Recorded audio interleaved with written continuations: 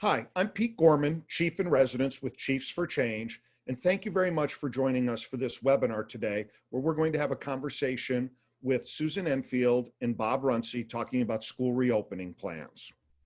Now, Susan is the superintendent of the Highline Public Schools in Washington State. She's been the superintendent since 2012. Highline has 19,000 students and 33 schools, and we're pleased to have you join us today, Susan. Thank you for being here. Thank you, Pete. Also, we've got Bob Runcie. Bob's been the superintendent of Broward County Public Schools in South Florida since 2011. Broward County is the sixth largest district in the nation with 270,000 students and 337 schools. The format we're going to do today is each of the superintendents take a few minutes to share a little bit about the plan. And then we're going to have a discussion about the reopening plans and talk about some of the lessons learned, some of the things that have been extremely valuable for those individuals. We're grateful for you joining us today, and let's jump right in. Susan, we'd love to start with you. Can you tell us a little bit about your reopening plan, please? Sure. So I'm happy to share what we have been able to put together over the last couple of months with the tremendous support we received from Chiefs for Change formally and informally, just hearing from my colleagues like Bob and others around what we're doing, because I think as we're seeing around the country, there are some very common themes to the reopening plans that we are seeing. So in Highline Public Schools, I'm beginning my 9th year, and we have our Highline Promise, which is that every student is known by name, strength, and need, and graduates prepared for the future they choose. That has been sort of the DNA of our system for several years now, and it really drives and guides all of our decision making. And it's never been more needed or more true than it is today. So, grounding ourselves in that, we knew that we ideally wanted all of our students, but especially those who are most school dependent, to have time in person, which is why we put extensive time into building our hybrid, which of course we will not be launching with. We're going to be launching with full-time distance learning. But we wanted to make sure that, to the degree possible, that we provided predictability and consistency for our students, staff, and families, while also making sure that we were continuing to meet the needs of every learner. Next slide. And so, like most districts across the country, we're really looking at a phasing in model that really looks at three different sort of instructional delivery models. The first, and this is how we are beginning the fall, is all remote, or what we in Highline are calling distance learning. So when students return on September 9th, they will be all learning from home, and we will be in that mode, we think, at least through the first quarter of the school year, given the positive test case rates and transmission rates in our county. But we will constantly evaluate, and hope springs eternal. And I am hopeful that should the virus take a different course, should the onset of therapeutics change things for the better, that perhaps we can bring students back sooner. But regardless of when the time comes for us to bring students and staff, even in smaller groups, into buildings, it will likely be in a hybrid. Our state superintendent has made clear that even when our state moves into phase 4, and we are right now toggling between 1.5 and 2, that even in phase 4, the 6-foot distancing will be in play. So for us, that means that for the foreseeable future in this school year, being able to bring all of our students back all at once is probably way down the line into the spring. So we have our hybrid model that we developed, where all of our students would be divided into 2 groups, and we would have one group in Monday, Tuesday, the other group in Thursday, Friday, and Wednesday would be devoted to small group instruction and cleaning and all of that. But we made the decision to bring our kindergartners back 4 days a week, because we just know that those foundational skills in terms of reading and math that our kinders get is so critical to their learning, and that's such an important year. Our hope was, to be honest, in an ideal world, to bring back pre-K through 5. And I have districts in the region that are able to bring back pre-K through 2nd. Unfortunately, because of staffing constraints primarily, kindergarten was the most we could do. And then finally, when it is safe to do so, we'll transition into full in-person learning again. Next slide. So these are our sort of guidelines around supporting instruction across the district.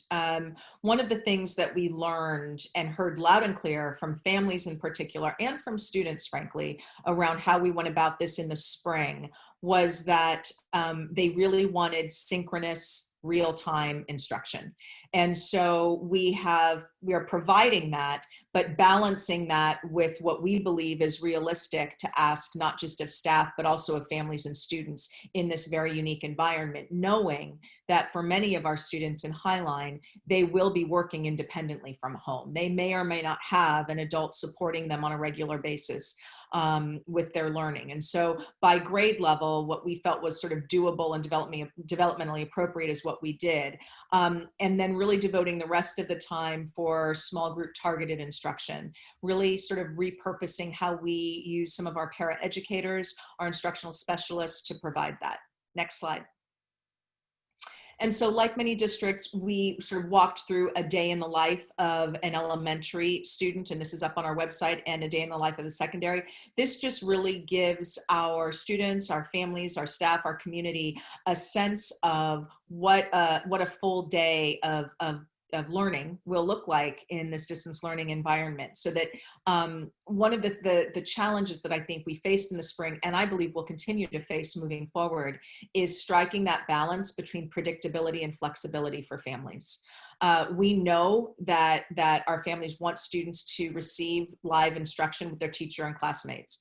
We also know that life will intervene and that some days students may not be able to access that. So we're also looking at recording these live lessons and making them available for a set period of time for students and families, because I firmly believe that every child is deserving of and entitled to access, not just to generic instruction, but to their teacher and their classmates. Whether or not they can access it in real time, they need to be able to access it at some point. So there will be a combination between synchronous and asynchronous learning throughout the fall. Next slide. And so this, again, just more detail about what the day will look like. But again, this I think is in response to the level of detail that our families in particular were asking us for. Next slide. And then this is secondary. We did make the decision in secondary to go with 3 classes a quarter. What we heard from our especially high school students and families was trying to manage all of their courses at once was really, really challenging. So we wanted to give students fewer courses to focus on in a specific period of time so that they didn't feel spread too thin. And again, there will be asynchronous instruction, live support as well going on. And I should mention that we heard that we had too many platforms going on in the spring. So we made the decision that Seesaw would be our elementary platform and that Google Classroom would be our secondary platform. And we are maintaining Canvas for our adult learning. Next slide. And again, more detail as to what the 8 a.m. to 2 p.m. day would look like. Now, I will say, I am still pushing that perhaps that 8 a.m. start time gets pushed out later. I think that we have to seize the opportunities in this strange and challenging time to push forward those things that we've wanted to do. We know that teenagers are on a different time clock than many others, and that if we can start their day later, that they will do better. So I would still like us to push to maybe looking at that day starting at 9 and pushing it out, but we're going to have to take that back to our union as well and have that conversation. Next slide. So the process that we went about designing this model. So my cabinet and I were joined by 5 different planning teams that focused on everything from academics to distance learning to operations to the whole child, and what our guiding principles were, and then really evaluating what our key constraints were. For example, it turns out that one of our biggest limiting factors was our staff capacity, in terms of the number of staff that we could deploy to make this model work. And in our environment, from a fiscal standpoint, just hiring a sort of a new group of teachers to augment that was not part of our reality. So we had to work with what we had. So that's one example of a key constraint that we had to live with. We made fact-based decisions, obviously, and really tested decisions. I think one of the most important pieces in the process was really testing the models we came up with our principals and having them sort of walk through and wrap their head around it, and then, you know, give us information on how the things that we thought would work would really work on the ground in their building. And then constantly communicating with staff, with our union, with families, and obviously with our board as well. Next slide. And so just sort of a summary of some of the insights and the harder decisions that we had to make. Some of them I've already alluded to around teacher capacity.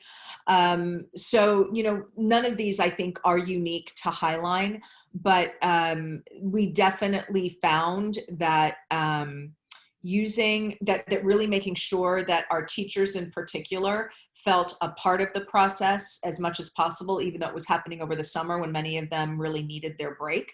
But that they were engaged and informed, and that we heard what their ideas and their concerns were. I will say we held numerous webinars for staff, for families, and we've learned that those webinars really need to be audience specific. So we will have family webinars, and then we will have staff webinars, but the staff webinars were even breaking down around certificated and classified as well, because some of the questions and issues are different, and we're finding them to have much better impact if we do that. Again, one of the opportunities that we hope to seize out of this was we saw that some of our students and staff were really able to thrive in this online learning environment. And so we want to launch our own Highline Virtual Academy, a standalone school that will remain as part of our portfolio of schools within the district moving forward. We realized, though, that we simply couldn't support the launch of that, as well as distance learning, where students will be distance learning within their assigned school. It just would have been too much to juggle. So we have postponed that for now, but we will launch it. The latest would be next fall, depending on how things go. Perhaps we could begin with a soft launch in early 2021. And I mentioned that we had wanted to bring back more students than our kindergartners, but we're unable to. And frankly, I would love to see more synchronous instruction. But what we are also having to balance is the fact that when we talk about families, we need to remember that we're talking about our staff's families too. Our staff have families, and they are going to be juggling just as others will be. And so we have to be realistic in pushing for what our children need and deserve, and what we believe we can support for our staff to deliver on. Next slide. So looking ahead to the fall, we are looking at creating a central response team that builds on the planning teams that you see listed here, and how we operationalize that and what metrics we will be tracking on a weekly basis and a monthly basis, so that as problems arise, we are able to deploy people to respond quickly. It is going to be a heavy lift for everyone. I will say, though, that the hybrid is far more complex and intricate than I would have anticipated in developing. And so the fact that we are beginning in distance learning does give us a chance to really hone that hybrid model, so that when the time comes for us to phase students back in, we will be able to do so far more smoothly, I think, than we would have had we launched the year with it. Next slide. There we go. Susan, thank you very much. We appreciate you sharing what you're doing in Highline. Bob, can you share with us what you've been doing in Broward County, Florida, and walk us through some highlights of your plan?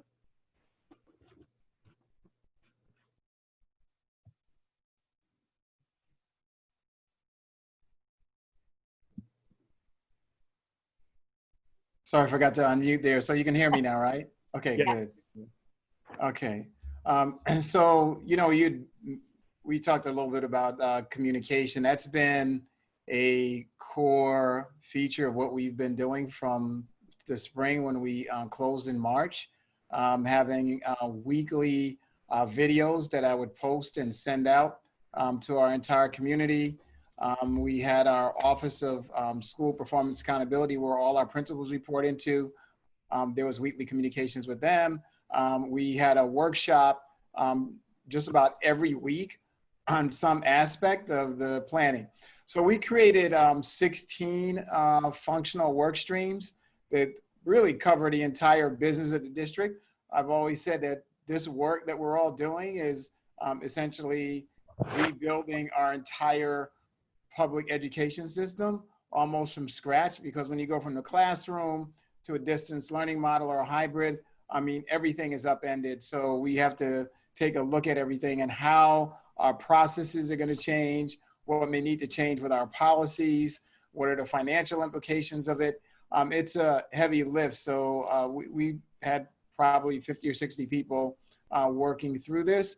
We have a department that's called Strategic Information Management. And what they have done historically is they would do a lot of the work we do in the district around performance management across all our different areas.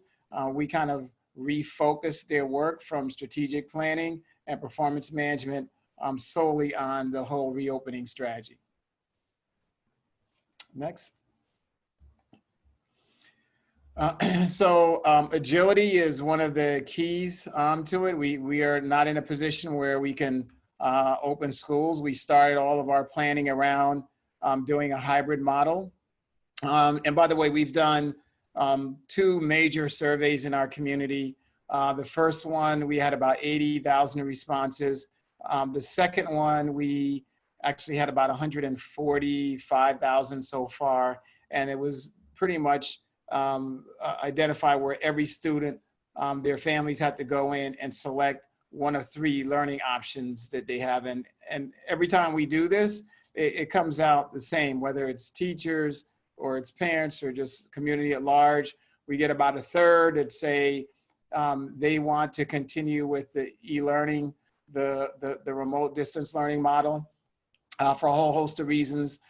Their child has underlying conditions. And by the way, about a third of our students in Broward, about 89,000 of them, have what we call chronic health conditions, right? So asthma, diabetes, hypertension, some type of issues. So that's always a big concern. But then there was a third of the folks who want the hybrid model, which is staggered days where kids would go to school 2 to 3 days a week. The days that they're not in school, they're getting online instruction.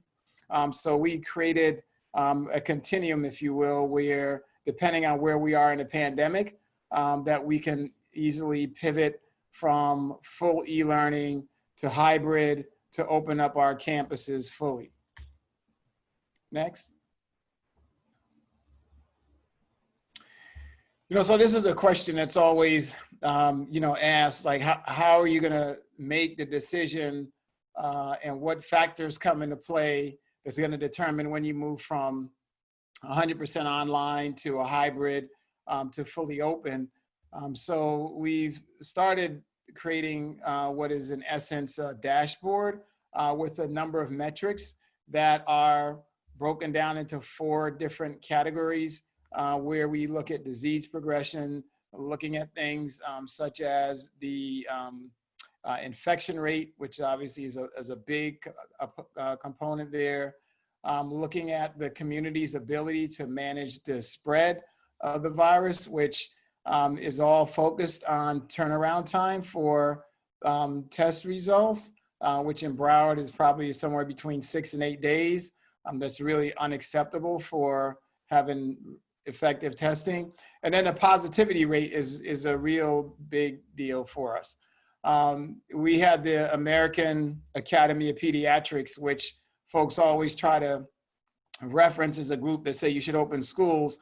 They pick and choose what they want to read from them, but they've been pretty clear that you shouldn't open your schools when you have a spike in your community and there's a significant degree of spread. In fact, the Florida chapter of the American Academy of Pediatrics, which represents 2,600 pediatricians, wrote a letter to the governor, followed up by a white paper that told them in no uncertain terms that you can't open schools in a state where the overall positivity rate over a 2-week period right now is over 14%. And given that's the scenario, you shouldn't open it, and you should look for a target rate around 3 to 5% in order to be able to seriously consider that. So the test positivity rate is something we look at, where the healthcare system is, and then finally what our capacity is to put in a lot of the protocols, whether it be PPE or cleaning standards that we've established. Next slide. And just to close out the last slide, we're going to take a checkpoint on October 1st to see where these metrics and trends are in the community. And then we'll make a decision on October 1st on whether we're going to go pivot to the hybrid model or not. The reason why we choose October 1st, it's about 3 weeks before the end of the first marking period. And we feel that in 3 weeks' time, we can get ourselves prepared to switch. You know, you obviously can't do that overnight, but 3 weeks would be sufficient given all the planning and preparation that we're doing now. So that's how we picked that date. So one of the big challenges that came up last spring, and we heard loud and clear, is that the e-learning experience wasn't consistent, right? So we were fortunate in Broward to have invested several years ago in building an online blended learning management system, which is Canvas. I think Susan had mentioned that they use it for adults, but that is the standard that we've had in the district for about 4 years. The majority of our secondary teachers were already using it, but when you got to, I think 60 to 70%, when you got to the elementary level, it was only about 19 or 20%. So parents experience and students experience some great things that they saw because there were teachers that knew how to do this well. Many students were already accustomed to engaging with their teachers, getting assignments, submitting work, taking advantage of digital resources through that platform, and others weren't. So we've done a number of things to make it clear to our community that the online e-learning experience is going to be substantially different than what you experienced last spring. We have more time to prepare over the summer. We've got a laser-like focus on training teachers. That's the big thing we're doing this summer. This week, we also started what we call in-school groups where we have professional learning communities that are actually led by teachers for teachers, sharing best practices, online strategies to better engage kids. The other thing that we are doing is we're creating 2 sessions, right? So we're creating flexibility for parents, guardians who may work during the day. So we're gonna have a morning session, goes from about 8 to 2. Then there's gonna be an afternoon, evening session that goes from like 2:30 to 8:30. Same curriculum, same certified, different teacher, but same qualified, certified teachers. That's gonna be offered from K through 5, which is the grade levels that we know that those students probably need a lot more support from their parent or guardian when they're online. At the secondary level, we are gonna have our same master schedule. Kids are gonna follow that, but we're gonna create a after school support model that'll go from 3 in the afternoon till about 9 o'clock. And it'll have certified teachers in core subject areas that are available online to take calls from any student, any parent. It's kind of the equivalent of a homework hotline, and we'll be able to provide that kind of service. And you know, we often talk about we want to come out of this and be better than we were before.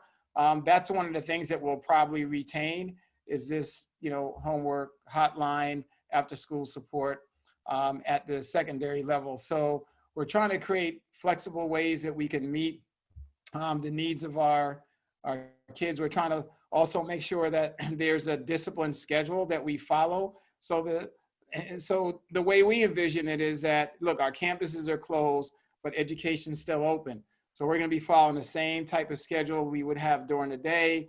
You know, kids will start out with some kind of whole group instruction. They may do some small group. They may have their specials. They may have a break. It's going to mirror the whole day. We've directed teachers now that the expectation is that they're doing almost 5 hours a day of direct instruction at the elementary level, but not direct instruction, but live instruction, right? Because it's not all direct instruction the whole time. So that's a big shift because, again, we saw a lot of variability in that interactive face-to-face online opportunity for students and families. Next slide, please. And this is just part of the hybrid schedule that we're trying to work on. It's a complicated thing to try to do because, you know, you have students, you know, that are essentially getting the same type of lesson when they're on the days that they're not in the classroom. And let me just mention one thing that we realized from all the data I mentioned to you earlier.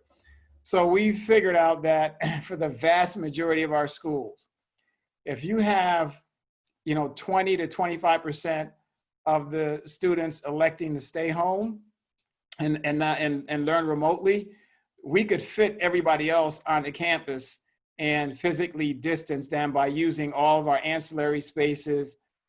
And we could actually make it possible to offer that for everyone. The challenge with that is the teacher capacity problem. So that can become an issue, but we've got some ways that we've looked at dealing that by redeploying some of our certified folks who are not assigned to classrooms. Next slide, please. So going forward, we realize that we're probably gonna have to make some adjustments in the teams that we put together. Many of those work streams, the 16 work streams, they'll probably sunset. We'll probably retain some others, and then we may need to create some new ones that allow us to continue to plan, allow us to execute as we go forward. Next. That's it. Okay. Great. Thank you both for sharing that information. That's exceptionally helpful. Now we're going to have a discussion and talk about some of the key points that you talk about. And one of them was there's this fine balancing act. Susan, I wrote down, you talked about between predictability and consistency versus predictability and flexibility. So you need predictability for everyone, but there's consistency you need some points, and there's other times you need flexibility. How did you balance those two things when a school or teacher might want flexibility, but parents need that consistency to fall back on? Susan and Bob, can you all share that? Yeah, sure. I actually don't think it's between, I think it's between it's balancing predictability and flexibility. I think predictability and consistency, I would sort of lump in the same sort of category. So really it's making sure that our families, that we're recognizing the fact that families are meeting all kinds of different day-to-day challenges. And at the same time, part of what they want is to know what their child's instructional day is going to look like. So I think, and I think Bob pointed this out too, having those two different sessions so that students can say, I'm going to go from 8 to 2, or I'm going to go from 2:30 to 6:30 is really important. I think having the videotaped lessons so that, if my fourth graders math class I know is going to be at 10 a.m. on Tuesday, but the only time I could get that doctor's appointment that I've been trying to schedule for 4 months is going to be at 10 a.m. on Tuesday. What am I going to do? Well, that night after dinner, I'm going to, sort of queue up that video, and, my student can see what he or she missed that day and be included. So I think that those are examples of how our families know what is available to them, and they also see that we are doing our best to accommodate their reality. Bob? Yeah, I would say some of the same, right? So flexibility, creating diverse schedules to meet the timelines and the lives of our families. We've created flexibility for our teachers so that they can actually teach from they can teach from their home, or they can teach from the classroom, right? So we're not mandating that they come in, but we provided that flexibility. We think that as more and more teachers get comfortable and they come into their classrooms to teach, that's probably a better and more effective environment. They've got all their resources and tools there. So that's another example of flexibility that we put in place. So wherever we can make that happen, we will. One of the other pieces we're obviously working through is, teachers that can't come in, right? Because they have underlying health conditions, or they have some other the reason that's perfectly valid. We've got to try to work to match up those numbers with the numbers of folks that decide that they want to stay at home and continue to do e-learning.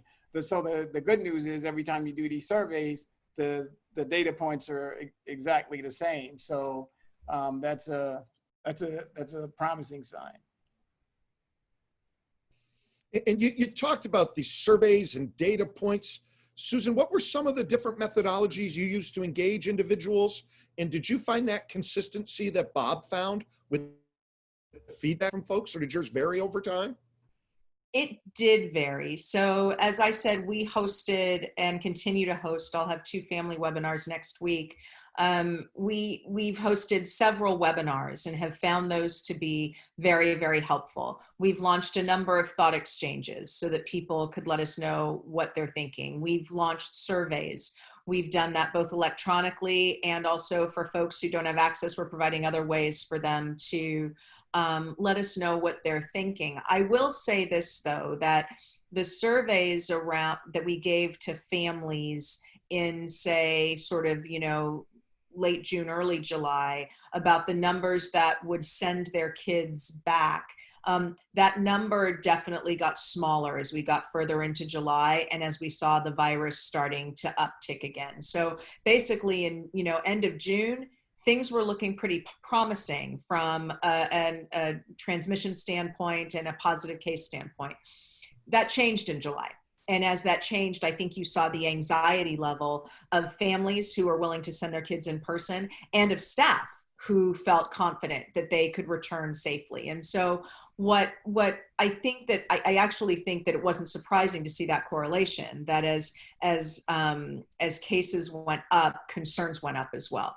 And I think that impacted people's decisions. I will say this though, Pete, and I think this continues and will continue to be a challenge for all of us. There will never be a 100% safe point in time for us to bring students and staff back into school. That's just not reality. So how is it that we are communicating all of the steps we are taking, all of the ways in which we are mitigating risk to a point where we say we are confident that it is as safe as we can make it for people to come back into the building without, I believe, falsely promising that we've made it entirely safe with no risk for anyone, because the risk is just going to be there no matter what. Yeah, and Susan, to your point, we did a survey about a week and a half ago, specifically with our special needs parents, those with students with disabilities in our self-contained classrooms or special day schools, because we feel obviously they're the most vulnerable. Some of those services are the most difficult to do in a remote setting. So we surveyed them, and I was shocked to find that 70% of them said, like, no way they're sending their kid back into a physical school environment, where a few months ago, it seemed like they all wanted their kid back in school. So, I mean, it was a dramatic change in where they are. Now, Bob, we are, I will say, still exploring the extent to which we can bring back very small groups of students who have very targeted needs, because we do know that there are some, we have heard still from some of our families that their children really do need that in-person support. It's a matter of, can we ensure our staff that we are doing everything in their power that they feel safe coming back. But I mean, I will tell you, we're talking about these plans and these mitigation strategies and all of this. There are people and faces behind all of this. And I'm sure, Bob, that you have a list of stories like mine where, I had a mother who was coming to pick up meals over the summer and asked if she could talk to me, and took me aside, and she just broke down crying and said, my 13-year-old grandson, who is in a behavioral support classroom, spends his day just walking in circles around the kitchen because he no longer has access to his peers and the routines that his teachers and staff had him in which he was thriving. I mean, it breaks your heart. And so I do believe it is incumbent upon us to do what we can to make that option available to those who do want it, but it is definitely a challenge. Yeah, and well said. And so we're actually working on a pilot, but we're trying to make it voluntary, right? So Yep. Yep.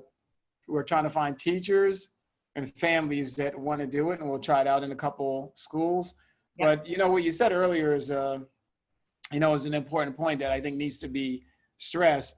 Yeah, we'll never get this thing totally mitigated or down to zero, but getting our teachers in particular confident and comfortable that the conditions in the community are mitigated as such, that the cleaning protocols, that our strategies when we find any cases are being handled appropriately, they are probably, I think, going to be some of the biggest messengers to Yes. parents and students that, hey, you know what? I'm comfortable. It's going to be safe for you to come back. Because if we do that and the teachers are screaming that they're not comfortable, that's going to be a disconnect. I saw, sorry, Pete, I know you probably want to launch another question, but I just have to add this. You know, Bob, it was interesting on social media a couple weeks back, on Twitter, somebody asked the question, okay, superintendents, how many of you would send your kids back? Right? So that was, you know, sort of as people were going back and forth. And it was interesting, the number of superintendents who were coming on board saying, to your point, with the appropriate safety measures, which I am confident we have in place, yes, I am sending my kids back. So let's talk a little bit, let's transition that. But clearly that point of balancing ability in an ever-changing context is a real juggling act that you're having to do here. Now, one of the things that you talked about was, how do we make sure, though, that we seize the moment to not completely go back to where we were? Because where we were when this started wasn't great for every child, for every individual. Susan, you and I first talked about this 3-4 months ago. Can you talk a little bit about that and how you're trying to use this as a launching pad to some different things? And Bob, certainly jump in as well. Yeah, I actually just wrote a blog post on this for the League of Education Voters here in Seattle this week. And basically, Pete, you know, I lamented the fact that when all this began in the spring, I was on all these conversations with my fellow superintendents in the region and elsewhere, and everyone's talking about PPE and, you know, 6-foot spacing and how many kids can we fit here and how many can we fit there. And, you know, and I was starting to lose my mind a little bit because I was like, okay, enough of this. These are sort of like mathematical equations that we can figure out. I'm more interested in how do we, you know, blow up the school year, and how do we look at staffing differently, and how do, you know, blah, blah, blah. The list goes on and on. And, you know, I realize in retrospect, I was somewhat deluded. I mean, the complexity of developing these distance learning and hybrid learning models was far greater than I had anticipated. And so I think over the summer, sort of practicality has sort of won out over innovation. Now, that doesn't mean I think that we haven't been very creative and innovative in responding to the practical issues in front of us in sort of, you know, as Bob said, turning education on its head right now. But my hope now, though, Pete, is that now that we are, you know, getting close to launching the school year in this new version that it is, that we can now start looking at how do we start re-envisioning the way that we do school in this country. And so, for example, I think that we will be afforded an opportunity to engage people in conversations around a year-round school calendar. I mean, the reality is, I simply cannot envision that if sort of the worst case scenario is that we can't bring students physically back into buildings in any kind of hybrid model or significant number, and I hope this isn't the case, but what if it can't happen until the second semester? What if it can't happen until early spring? So kids come back and we finally get into a routine of being physically, you know, back together in some way, shape, or form. And then May or June rolls around and we're out for 2.5, 3 months? I don't think so. So how do we use this moment then to have the conversation with our families and community around what would a sort of a continuous school year look like? And how can we start preparing for that now? Because I just can't wrap my head around, you know, not having kids in some kind of learning setting for 2 or 3 months at a time after only coming back together for potentially a few months. Yeah, yeah, definitely agree with that. And I would also add, there are opportunities that we see that have been laid stark, the inequities that exist in this country by this crisis. The digital divide is one of them, right? So we gave out over 100,000 laptop computers, issued free mobile hotspots to students with housing insecurity, homelessness, and negotiated discounted internet services from Comcast and AT&T. This isn't like the last pandemic we're going to have, and it's not the last crisis. So we got to figure out a way that students can maintain their technology. So we're not collecting those devices back from the kids. We're going to start using our capital dollars to refresh them for the school and get more devices back into our school buildings, but they'll probably keep the ones that we've issued. And we're going to have to also develop a refresh plan for those devices as well. But we've got to figure out how we maintain that so that, one, we can keep continuity of learning, and that we can create some degree of equity. A second thing that I would argue is that we can change this whole construct of the physical school, right? So a few years ago, I ran into a teacher who taught Japanese at one of our high school. She only had about, a little more than a dozen kids, and they were essentially going to drop her course because they couldn't afford it because she didn't have enough FTE for it. And so I sold her on the idea, well, why don't you be the Japanese teacher, and we'll find students around the district who are interested in taking Japanese, and we'll use technology to link you up, and you have a virtual class. You'll have some kids physically with you, and the rest will be in remote places around the district. So we had kids taking Japanese around the district, but there's really just one teacher located in the school, but that's the teacher of record for those students. I think we do a lot more of that, right? So if I'm in a neighborhood school and I want to take AP chemistry, but we don't have a AP chemistry teacher in our school, I should be able to go take it across town because I can join a class virtually. That teacher is probably also going to record those sessions as well, so I could go back and play them. But I think we've got to create more flexibility and opportunities for students sometimes who are kind of feel like they're stuck in a neighborhood school that doesn't create enough options for them. The whole district can be your option, really, because we've eliminated the whole physical constraint dimension of public education. So I think we need to figure out how we can continue that and take greater advantage of this moment, and the fact that people, teachers, students, and parents are far more comfortable. I mean, they've taken a whole generational shift in several months to basically accept a whole new platform as just being kind of part of life. Bob, it's interesting. I think that the ratios, so, your district, so my district is 18,000 kids roughly, and you're 270,000. Yeah. You gave out 100,000 devices. We gave out 13,000. But when you look at our total population, that's kind of a similar percentage, right? Yeah. It's a good portion of kids that we gave devices to. And I am so with you on how do we look at not having the school and options for kids defined by the building that they're in. But the reality is that if our kids for the foreseeable future do not have reliable broadband access at home, they're not going to be able to utilize any of those options. Right.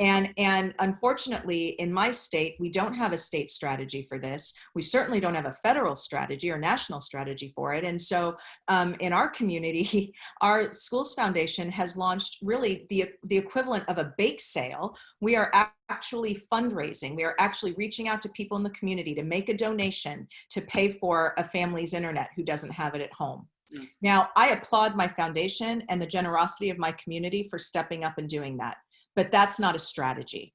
That's not a solution, right? That's a Band-Aid. And I do think, to your point, moving forward, we are just going to have to say that reliable broadband access is part and parcel of being in public education.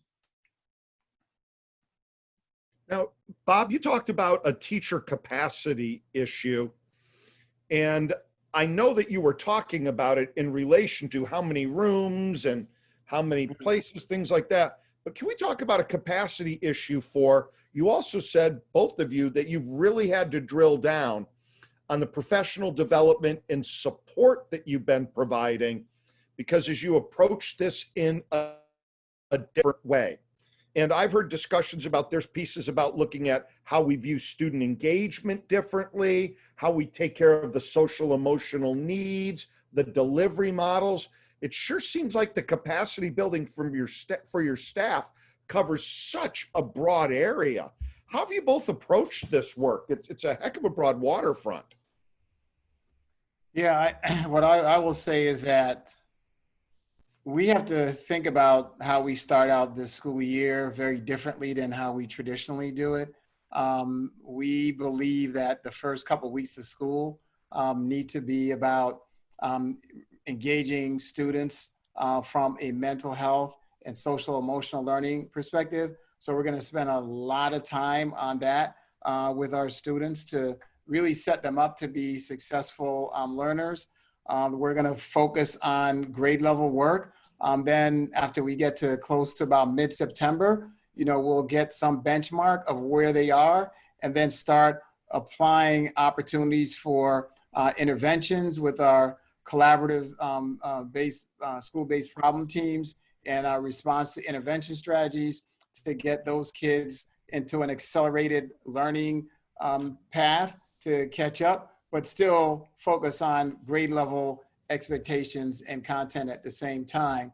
But again, I think we've got to recognize that, and I think it was true before we got into COVID, right? I believe you've got to address the social emotional needs of kids first before they can actually learn and be successful in the classroom. Because if I'm sitting there worried about some other issues that are going on in my life, I'm probably not going to be focusing on anything academic related while I'm sitting in school. And so giving our kids the ability to be able to manage all of that. So as an example, we are going to start off the school day, every classroom in the district, whether it's physical or virtual, for 10 minutes, we'll engage in mindfulness related activities, and they'll vary across the board, but we're going to have that for every student in the district and every classroom. So we believe that's going to make a big difference in the lives of our kids, and I think we all need that more now than ever. I couldn't agree more. And I think that one of the things that we are trying to do is really double down on those things, to Bob's point, that we were already doing before this happened, that we know we need to keep doing and maybe keep doing better than we were doing before. So yes, the social, emotional, and academic well-being of our students has always been our responsibility, but we know that particularly in this moment in time, not attending to the social, emotional needs of our students and staff, frankly, will mean that we will fail magnificently at this, and we can't afford for that to happen. So similar to Bob, we actually pushed our first student day out by about a week to allow ourselves more time and professional learning for teachers. So that's on our learning platforms. It's on the strategies that we are going to use for engaging with students and staff in meaningful ways. And fortunately, we had established well over about a year and a half ago our district-wide 3 signature social emotional learning practices: a welcoming ritual, engaging practices, and an optimistic closure. We model that in my cabinet. We're asking teachers to make sure that they are using those strategies to make sure that they're checking in with students as they launch the day, and frankly, not just ending the day and saying see ya, but making sure that there is some kind of optimistic close that sets them up for the independent learning they'll be doing separately. So what's been the toughest decision you as the leader of an organization has had to make through this process? You lead some of the largest businesses in your community. Bob, what's been your toughest call you've had to make? Around this whole pandemic that we've been dealing, I mean, I think the toughest call was the decision to close school in March. But I think it was even tougher a few weeks ago when reality set in that there was no way we'd be able to open school safely and protect our students, our teachers, and the rest of our staff, and that we couldn't open our school year in a traditional manner as we have done in the past. I just think that, you know, kids lose a lot of opportunity and experiences when we can't open our school buildings. And I think some of their, as I say, their dreams, their experiences are being stifled by this pandemic. So none of us here, and I can't think of a superintendent around the country where our hope, our daily work isn't about trying to figure out how we can fully open our schools and get our kids back on campus. So it's really difficult to have to go and make that decision. Just, you know, as soon as Susan's mentioned, we all have tons of stories about families and kids who are just so adversely impacted by this. And we know the safest place for them to be is on our school campuses, even if it's just for the breakfast and lunch meals that they'll have every day, but to avoid unstable and abusive home situations, as well as kids who needs all kinds of other needs and services. So it's challenging, but I think we can recover from those things. We can't recover from death.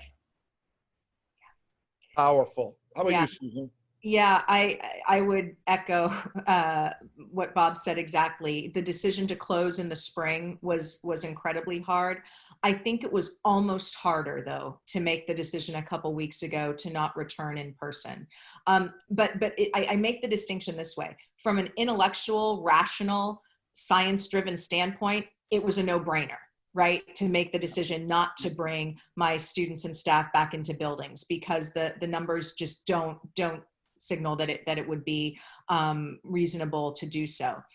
So in that sense, it was a clear-cut decision. But from an emotional standpoint, it was one of the toughest ever, because you know, as my colleague Tammy Campbell and I were talking, and this was back at the beginning of the summer, and you know, we both agreed that if you have a heart for kids, there's no scenario this fall that doesn't break your heart. On so many different levels, because, you know, Bob and I work with, as I say, we work with everyday heroes. We work with people who are going to continue to go above and beyond to support our children and their families. And in some cases, it just won't be enough. And our kids are losing out by not having that in-person interaction with their teachers and their peers. And so I think we need to be honest about that. But rather than, you know, let it defeat us, let's let it really sort of propel us to keep trying and doing more. And frankly, hopefully encouraging our broader communities to take the personal safety measures necessary so that we can open up our schools again. Powerful words. Thank you. Yes. So while we know that we're going to have challenges, there are some positive pieces that come out of this, in that we are re-examining some of the things that have been institutional shortfalls and challenges we've faced for a long, long time. Thank you both very much for your time today. Susan and Bob, thank you for your fantastic insights. We'd like to thank the Chiefs for Change membership, as well as the staff and leadership at Chiefs for Change, for the wonderful work that they are doing, disseminating these, developing these resources, disseminating these resources to help people in the great work that they do. We'd like to thank our partners at McKinsey, who've done such great work through this process, supporting us. And we'd also like to thank all of those educators who are out there doing this work every day, and as they prepare to come back for the fall. Thank you again to Susan and Bob. Thank you very much. On the screen right now, you've got some useful links where you can find a number of areas where there's even more support materials. Please jump into those resources. I think you'll find them incredibly helpful. Thank you all very much. We wish you a happy and healthy start to this new school year. We appreciate all that you do every day, everyone. Thank you.